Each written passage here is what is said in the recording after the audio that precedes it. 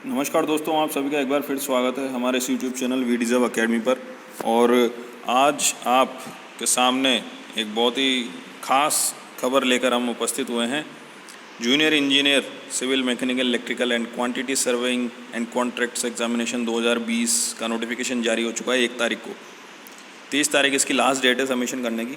Actually काफ़ी सारे लोगों के काफ़ी सारे क्वेश्चंस आ रहे हैं कि हम एलिजिबल होंगे नहीं होंगे, फाइनल ईयर वाले भर सकते हैं नहीं भर सकते, या कैटेगरीज़ क्या क्या होंगी, किस किस में हम एलिजिबल हैं, डिप्लोमा वाले किस में एलिजिबल हैं, डिग्री वाले किस में एलिजिबल हैं। तो ये सारी बातें करने के लिए ही आज अपन इस वीडियो के माध्यम से मिल रहे हैं, ठीक है ना। तो सबसे पहले तो ये देख लो कि लास्ट डेट जो है 31 अक्टूबर रात 12 बजे तक आप ऑनलाइन एप्लीकेशन फॉर्म भर सकते हैं और इसकी फ़ीस पेमेंट कर सकते हैं 1 नवंबर तक। यहाँ आ रही है लिखी हुई, ठीक है। ऑफलाइन चालान जनरेट करने की 3 नवंबर है लास्ट डेट। और चालान से ऑफलाइन अगर आप पेमेंट करना चाहते हैं वो 5 नवंबर तक हो सकती है। और पहला पेपर जो होगा वो 22 मार्च 2021 से 25 मार्च 2021, यानी 22 मार्च मतलब मार्च भी आपको पूरा मिल रहा है लगभग। जनवरी फरवरी मार्च 3 महीने ये, अभी अक्टूबर चालू हो गया और अक्टूबर भी लगभग पूरा महीना ही है, आज 3 तारीख है। तो अक्टूबर, नवंबर, दिसंबर, जनवरी, फरवरी, मार्च 6 महीने अगर अपन इसके अनुसार भी चलें, पर जैसा कि पुराना इतिहास रहा है, डेट्स वगैरह आगे सरकती है एग्ज़ाम की, तो लगभग 7 से 8 महीने आप लोगों के पास हैं तैयारी करने के लिए, जो कि मेरी नज़र में मोर देन सफिशिएंट है। आज की तारीख में भी अगर कोई 0 से स्टार्ट करेगा तो वो अच्छी तैयारी कर लेगा, ठीक है। और कन्वेंशनल पेपर जो होगा उसकी डेट बाद में नोटिफाई की जाएगी। थोड़ा सा अपन नोटिफिकेशन की तरफ आ जाते हैं। डिटेल ऑफ पोस्ट, किस किस डिपार्टमेंट में क्या क्या पोस्ट निकली है। तो BRO border road organisation, CPWD central water power research station, central water commission, directorate of quality assurance naval, Farakka barrage, MES, NTRO। ये NTRO नया इंट्रोड्यूस हो गया आजकल, पहले नहीं आता था ये, पर जो इसका नाम देख के लग रहा है नेशनल टेक्निकल रिसर्च ऑर्गेनाइजेशन, तो इसमें जॉब अच्छी होगी जैसा मुझे लगता है। बाकी जब अपन डिटेल एप्लीकेशन फॉर्म भरेंगे आप लोगों के सिलेक्शन के बाद, तब अपन इसे डिटेल में डिस्कस कर लेंगे। क्वालिटी एश्योरेंस नेवल में कोई नहीं जाना चाहता, पर वो भी एक अच्छा जॉब है। हालांकि घर से दूर रहना पड़ता है, ट्रांसफरेबल कम होती है, पर जॉब अच्छा है। बाकी जो चिर परिचित अच्छे जॉब हैं, CPWD, MES, वो तो है ही सही। और सेंट्रल वाटर के साथ पावर रिसर्च स्टेशन इस बार इन्होंने और जोड़ दिया है, ये कॉमन डिपार्टमेंट बना दिया है शायद। तो पहले जैसे सेंट्रल वाटर रिसर्च करके शायद सिर्फ आता था, पर अभी ये दोनों वाटर एंड पावर एक साथ आ रहा है, तो ये भी डिपार्टमेंट अच्छा हो सकता है। जो लिस्ट अपन भरते हैं वो water commission, Farakka barrage, BRO वगैरह पीछे भरते हैं, पर BRO भी आप अगर इसमें देखेंगे MES के अंडर आ रहा है। चलो नीचे चलते हैं, वहाँ दिखाएगा अपन को। रिजर्वेशन वगैरह वैसे ही हैं, जॉब्स वगैरह में जैसे रिजर्वेशन होते हैं SC, ST, OBC, EWS sections, PWD, physically persons with disability, इन सभी के लिए है। बाकी एक्स सर्विसमैन का कोटा इसमें नहीं है, क्योंकि ग्रुप B पोस्ट है, ये आप देख सकते हैं। Group B post, there is no reservation for ex serviceman category. हाँ, पर एज रिलैक्सेशन ज़रूर मिलेगा एक्स सर्विसमैन्स को, आगे देखते हैं, इन्होंने ज़रूर लिखा होगा। BRO में भी सिर्फ ये मेल कैंडिडेट्स को जॉब ऑफ़र कर रहे हैं, और उनमें पर्सन विद जो डिसेबिलिटी वाले हैं उनके लिए भी थोड़ी सी रेस्ट्रिक्शंस हैं। तो BRO एक थोड़ा सा अलग जाता है, और जो एक्स सर्विसमैन हैं उनके लिए कोई अलग से कोटा नहीं है इसमें।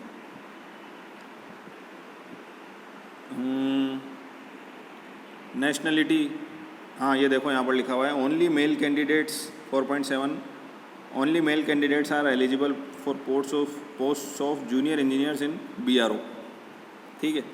BRO के लिए जो पर्सन विद डिसेबिलिटीज़ हैं, फिजिकली डिसेबल्ड की जो इन्होंने गाइडलाइंस दी है, वो एनेक्चर 5 आपको नोटिफिकेशन का देखना होगा, उसके अनुसार ही गाइडलाइंस फॉलो करनी पड़ेगी सर्टिफिकेट वगैरह बनाने की। नेशनलिटी वैसे तो मोस्टली इंडियंस ही हैं जो इस चैनल को देख रहे हैं, पर नेपाल, भूटान, बांग्लादेश वगैरह से भी कोई अगर देखता है। A person of Indian origin who is migrated from Pakistan, Burma, Sri Lanka, east Africa, Kenya, सभी का नाम आ रहा है इसमें। बांग्लादेश का कहीं नाम नहीं आ रहा है इस बार, इसमें पहली बार मैं देख रहा हूँ। किसी नोटिफिकेशन में, अदरवाइज़ पाकिस्तान आता था तो बांग्लादेश भी आता था। खैर अपन इंडिया की बात करते हैं, सभी इंडियंस एलिजिबल हैं। ठीक है, एज लिमिट जो निकाली जा रही है वो 1/1/2021 यानी 1 जनवरी 2021 को आप एज लिमिट में होने चाहिए। क्या क्या एज लिमिट्स हैं? अगर आपकी 30 साल से कम है एज तो कोई दिक्कत नहीं है, आप सबके लिए एलिजिबल हो एज वाइज।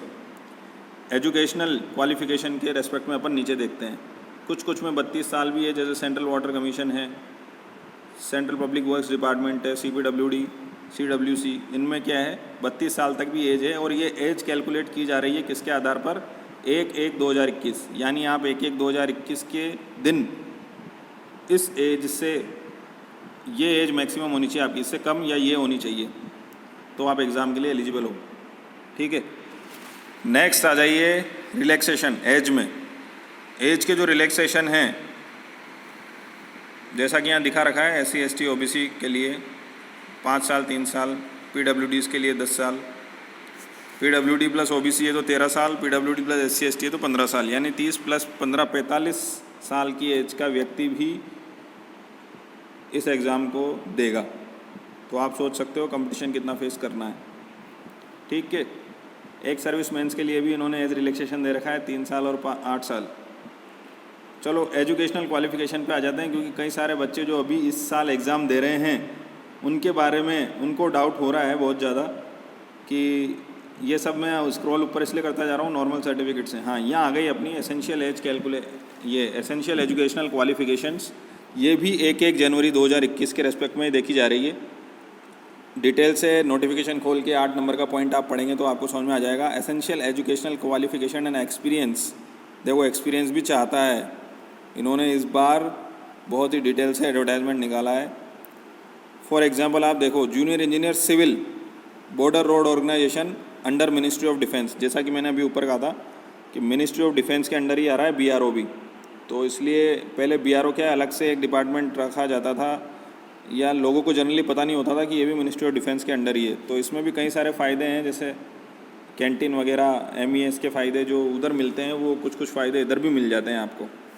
तो इसलिए ठीक है, बॉर्डर एरिया में रहना पड़ता है, बॉर्डर्स की रोड्स बनानी पड़ती है, वहाँ पर काम करना पड़ता है, वहाँ की दिक्कतें अलग है पर वहाँ की सुविधाएं भी हैं साथ ही साथ। खैर, एजुकेशनल क्वालिफ़िकेशन पे अपन आते हैं।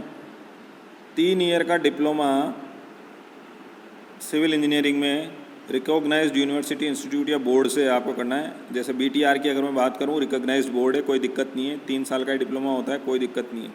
पर जो अभी बच्चे एग्ज़ाम दे रहे हैं उनके पास डिप्लोमा होना चाहिए 1/1/2021 को या उससे पहले।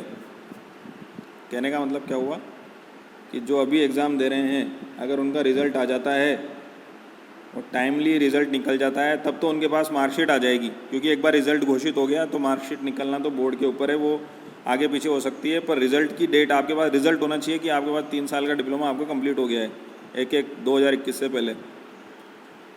पर साथ ही साथ जैसे BRO का एग्जाम्पल अपन ने लिया, इसमें एक्सपीरियंस भी चाहिए, 2 ईयर का working experience in planning execution maintenance of civil engineering works. तो आप यहाँ देखो BRO में या तो आपके पास डिग्री होनी चाहिए, तब आपको एक्सपीरियंस की रिक्वायरमेंट नहीं है, या फिर डिप्लोमा के साथ आपका 2 साल का एक्सपीरियंस होना चाहिए। क्या सभी में ऐसा है? नहीं। जैसे CPWD का एग्जाम्पल देखो आप, इसमें सिर्फ आपको डिप्लोमा चाहिए, डिग्री वाले अलाउड ही नहीं है। बहुत अच्छी बात है ये मतलब एक सुनहरा मौका मिल गया। इसी तरह CWPR central water and power research station में भी सिर्फ डिप्लोमा अलाउ किया है। सेंट्रल वाटर कमीशन में सिर्फ डिग्री अलाउ करी है, अफसोस। और डायरेक्टरेट ऑफ क्वालिटी एश्योरेंस में भी सिर्फ डिग्री अलाउ करी है, और डिप्लोमा के साथ अगर है तो वह 2 साल का एक्सपीरियंस मांग रहे हैं। फरक्का बैराज में सिर्फ डिप्लोमा, MES में डिग्री डिप्लोमा दोनों है, और डिप्लोमा के साथ 2 साल का एक्सपीरियंस ही मांगा है। शिट, MES एक अच्छी जॉब है, पहले एक्सपीरियंस नहीं मांगते थे, इस साल इन्होंने इसमें एक्सपीरियंस भी रखा है, तो थोड़े से लोग रेस्ट्रिक्ट हो जाएंगे। यानी अभी तक अगर सिर्फ मैं डिप्लोमा की बात करूं तो या तो वो पूर्णतः CPWD में या फिर सेंट्रल वाटर पावर रिसर्च में एलिजिबल हो रहे हैं। और फरक्का बैराज नए स्टूडेंट्स, फ्रेश पास आउट्स की बात कर रहा हूँ, क्योंकि एक्सपीरियंस तो उनके पास भी नहीं है ना, और NTRO। ये 4 डिपार्टमेंट हैं आपके पास। दोबारा से नाम लेता हूँ मैं, CPWD central water and power research station, CWPR Farakka barrage और NTRO national technical research organisation. इन 4 में fresh graduates, fresh diploma graduates apply कर सकते हैं, जिनकी अगले साल से पहले यानी इस साल दिसंबर से पहले या दिसंबर में 31 दिसंबर से पहले जिनके हाथ में डिप्लोमा है, जिनके पास 3 साल का डिप्लोमा का रिज़ल्ट है, वो अप्लाई कर सकते हैं। मान लो अगर आपका रिज़ल्ट नहीं आता है 1 जनवरी से पहले, 1 जनवरी 2021 से पहले, तो आप इसमें अप्लाई नहीं कर पाएंगे। अब क्योंकि यहाँ पर संशय ये है कि एग्ज़ाम अभी हो ही रहे हैं, जल्दी से जल्दी रिज़ल्ट निकालना ही है, तो जनवरी से पहले रिज़ल्ट आने की संभावना है, तो सर हम भरें नहीं भरें। तो मेरा मानना यही है कि आपको भर देना चाहिए। और मेरा सजेशन यही होगा कि आप फॉर्म भर दीजिए और तैयारी चालू कर दीजिए, यही अपने हाथ में है। रिज़ल्ट जल्दी से जल्दी निकालने की कोशिश है ही सही बोर्ड की, और अच्छी उम्मीद यही रखिए और फॉर द बेस्ट कि जल्दी रिज़ल्ट आ जाएगा तो आप लोग एलिजिबल हो जाएंगे। मान लीजिए रिज़ल्ट में देरी हो गई तो क्या होगा, तो उम्मीद करेंगे कि इसकी डेट आगे सरक जाए, और फिर भी अगर कुछ नहीं होता है तो कम से कम आपकी तैयारी हो जाएगी, पर आप एग्ज़ाम नहीं दे पाएंगे, ये सत्य है अगर रिज़ल्ट लेट हो जाता है तो। पर आपको फॉर्म भर देना चाहिए, जो अभी एग्ज़ाम दे रहा है उन्हें फॉर्म भर देना चाहिए। यहाँ पर यह भी लिखा हुआ है कि भाई 3 साल के डिप्लोमा के बाद जो 2 साल का एक्सपीरियंस है वो 3 साल के बाद ही होना चाहिए, यानी कि 3 साल का डिप्लोमा करने के बाद 2 साल का एक्सपीरियंस, उसके बाद आप अप्लाई कर सकते हैं। ऐसा नहीं हो सकता कि आप ऐसा सर्टिफिकेट ले आएँ कि डिप्लोमा भी चल रहा था और एक्सपीरियंस भी था, वहाँ गड़बड़ हो जाएगी। ठीक है,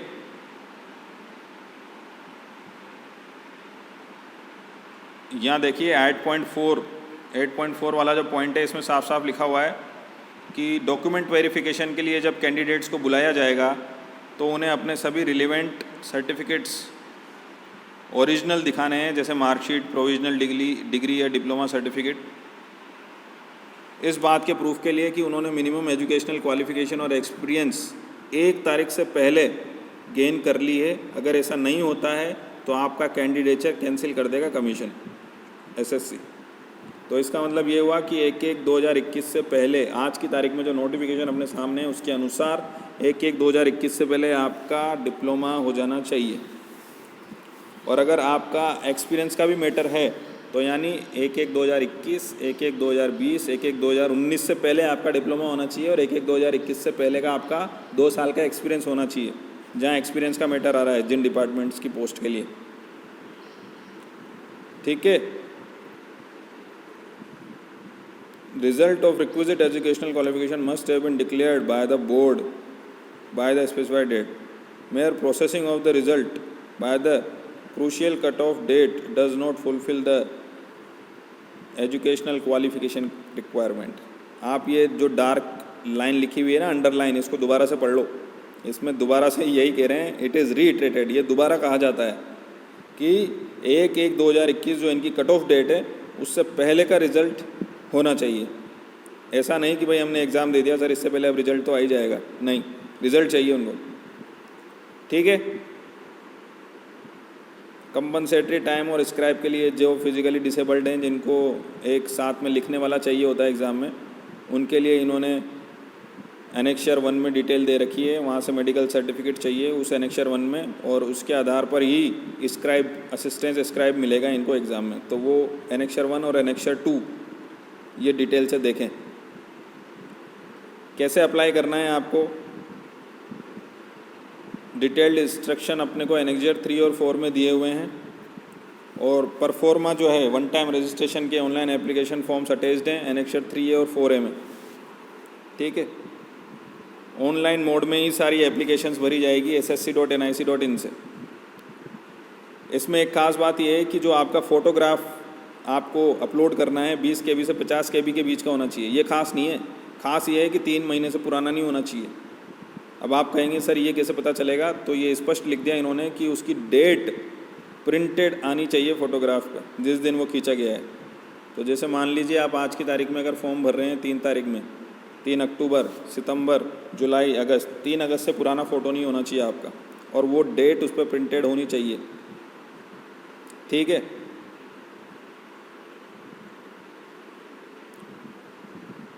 ₹100 फीस पेबल है। और SC, ST, OBC, ex serviceman, PWD सभी एग्जेम्प्टेड हैं, इनको फ़ीस नहीं देनी है। तो ₹100 की बात है, फॉर्म सब भर दो। जो जो अभी एग्ज़ाम दे रहे हैं सब फॉर्म भर दो, कोई दिक्कत नहीं है। जाएंगे तो ₹100 ही जाएंगे, पर अगर मौका लग गया और तैयारी अच्छी रही और चांस बन गया एग्ज़ाम देने का तो अच्छी नौकरी है। तो यही सारी बातें हैं। सेंटर ऑफ एग्ज़ामिनेशन आपको दे रखे हैं। राजस्थान के लिए कोटा भी सेंटर आ रहा है, मैं आपको बताता हूँ राजस्थान में कौन कौन से सेंटर आ रहे हैं। ये देखिए, जोधपुर, बीकानेर, जयपुर, अलवर, अजमेर, दिल्ली, भरतपुर, श्री गंगानगर, उदयपुर। राजस्थान में काफ़ी सारे सेंटर हैं, 1 2 3 4 5 6 7 8 9 10 सेंटर है राजस्थान में। तो भर दीजिए फॉर्म और तैयारी चालू करिए। जल्दी वी डिज़र्व अकेडमी आप लोगों के लिए और इस चैनल के मेंबर्स के लिए खासकर इसकी ऑनलाइन सीरीज़ चालू करने वाला है, जिसमें आपको SSC JEE इलेक्ट्रिकल के लिए पूरा सिलेबस कवर कराया जाएगा। तो इलेक्ट्रिकल के बच्चों से मैं बोलना चाहूँगा कि जल्दी से जल्दी इस चैनल के मेंबर बन जाएं, क्योंकि सिर्फ वो मेंबर्स के लिए होगी। मेंबर का लिंक जल्दी ऑन होने वाला है।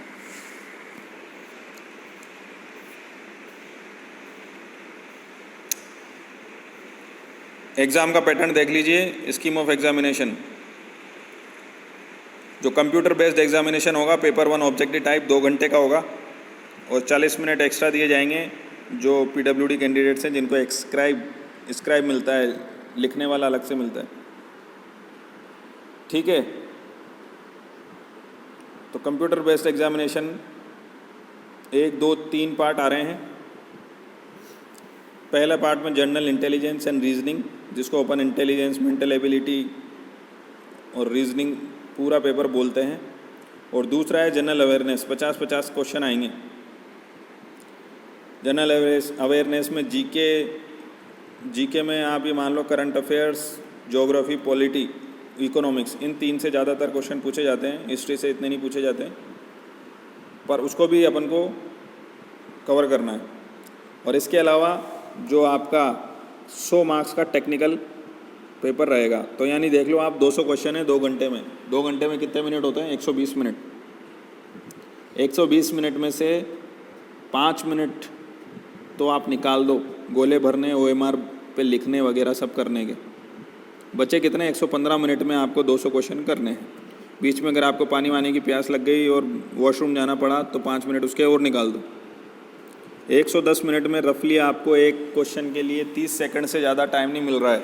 तो तैयारी आपकी ऐसी होनी चाहिए कि क्वेश्चन देखा टिक, क्वेश्चन देखा टिक, क्वेश्चन देखा टिक, ये टिक टिक टिक करते हुए आपको 60% मार्क्स कम से कम लाने हैं। जनरली 60 से 80% का कट ऑफ वेरिएशन रहता है हर बार एग्ज़ाम में। पेपर टफ आया तो 60% से नीचे कट ऑफ कभी नहीं गया, और पेपर ईजी आ गया तो 75-80% से कट ऑफ ऊपर कभी नहीं गया। तो ऑन एन एवरेज अगर आप मानो, और जैसे कि अभी क्योंकि बहुत सारे लोग एग्ज़ाम देने के लिए तैयार बैठे हैं, तो आप ये मान लो कम से कम 70% मार्क्स तो आपको लाने हैं। तो 200 में से 70% कितने हुए? 140। तो लगभग आपके 135 से 140 के बीच में अगर आप मार्क्स आएंगे तो आप ये सोच सकते हो कि इस बार आपका सिलेक्शन पक्का है पेपर 1 में। ठीक है। और उसके बाद डिस्क्रिप्टिव होगा, वो भी 2 घंटे का होगा। सिर्फ टेक्निकल आएगा 300 नंबर का। तो ये अपनी पेपर की स्कीम हो गई। तो बाकी तो आप इस PDF को पूरा पढ़ेंगे ही सही। नीचे पूरा सिलेबस दिया हुआ है, उन सबको आपको अभी इसमें वीडियो में बताने का कोई ख़ास मकसद है नहीं। मैं सीधे एनेक्शर्स पे जा रहा हूँ।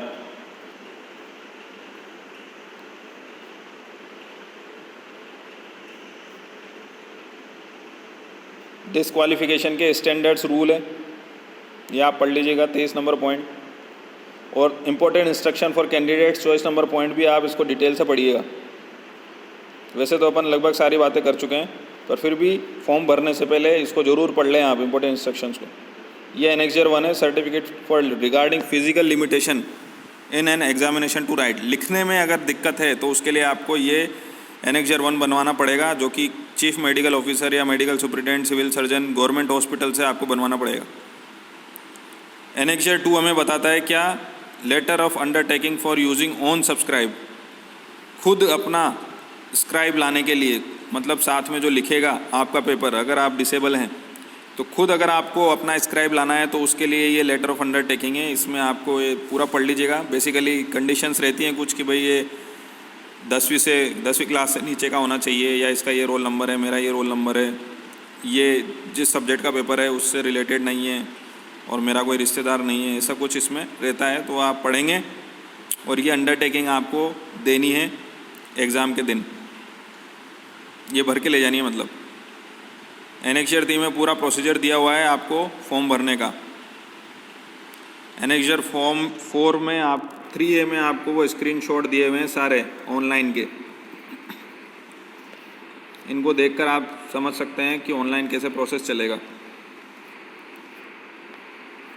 आगे निकालता हूँ मैं इसको। एनेक्सर 4 पे आ जाते हैं अपन।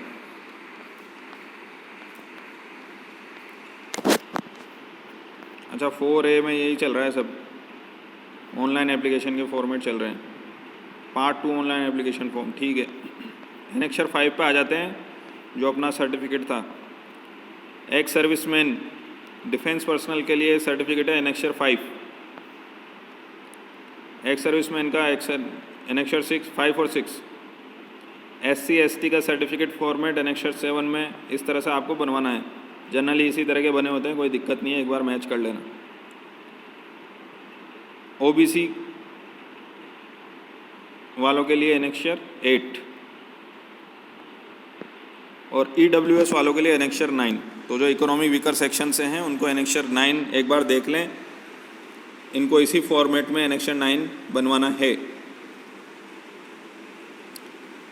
डिसेबिलिटी का सर्टिफिकेट एनेक्सर 10 में आ रहा है, ये भी आपको एक मेडिकल ऑफिसर से साइन कराना पड़ेगा।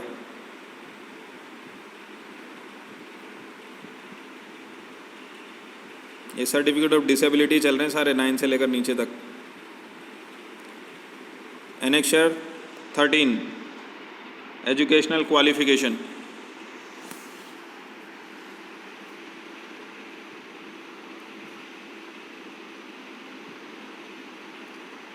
ये सब मतलब जानकारी है जो आपको फॉर्म भरने में मदद करेगी। ठीक है, तो ये अपना पूरा अपन ने देख लिया है नोटिफिकेशन। एक बार इसको जो एनेक्सर्स हैं उनको डिटेल से आप पढ़िए और अपने अकॉर्डिंग जो भी आप भरना चाहते हैं उसको ठीक से देख के भरिएगा। एक ख़ास बात है फ़ोटो की और दूसरी ख़ास बात है डेट की, वो अपन ने कर ली है। तो तैयार हो जाओ, कमर कस लो, और जो तैयारी करना चाहते हैं मेंबरशिप का लिंक ऑन हो जाएगा, तो आप मेंबर बनिए। क्लासेस हम चलाएंगे, रेगुलर क्लासेस होंगी, सिर्फ मेंबरशिप जिन्होंने ली होगी चैनल की उनके लिए। जाहिर सी बात है मेंबरशिप फ्री रखेंगे क्योंकि ये चैनल मदद करने के लिए ही है, तो फ्री मेंबरशिप रहेगी। आप मेंबरशिप ज्वाइन करिए और जो मेंबर्स रहेंगे, इलेक्ट्रिकल के लिए अभी स्टार्ट कर रहे हैं। तो बहुत बहुत धन्यवाद। देखते रहिए, सीखते रहिए, लगातार प्रैक्टिस करते रहिए। Only with we deserve academy. उम्मीद है आप लोग अच्छी तैयारी करेंगे और सिलेक्शन पाएंगे। जय हिंद, जय भारत, वंदे मातरम।